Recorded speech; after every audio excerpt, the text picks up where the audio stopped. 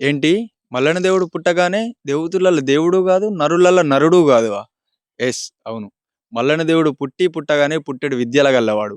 దేవుడు పుట్టంగానే అకలకొండ రాక్షసిని హతమార్చి పుట్టించినటువంటి శంకరుని దగ్గరికెళ్ళి నాయనా జంగమయ్య నేను పుట్టిన గాని నన్ను గిట్టియ్యకపోతివి. నాకు తగ్గ ఆధారం నాకు పెట్టు అని అడిగినప్పుడు, కొడుకా మల్లికార్జున నువ్వు ఇప్పుడే పుట్టినవు. నీ బుద్ధి నాకు తెలవది. నీ జ్ఞానం నాకు తెలవది.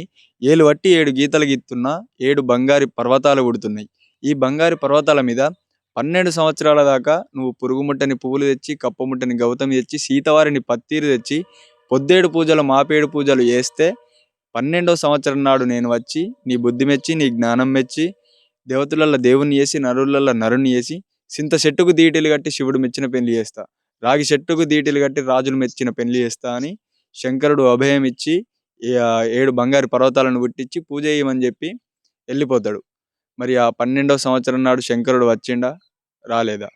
నెక్స్ట్ వీడియోలో చూద్దాం. జై మల్లికార్జున స్వామి.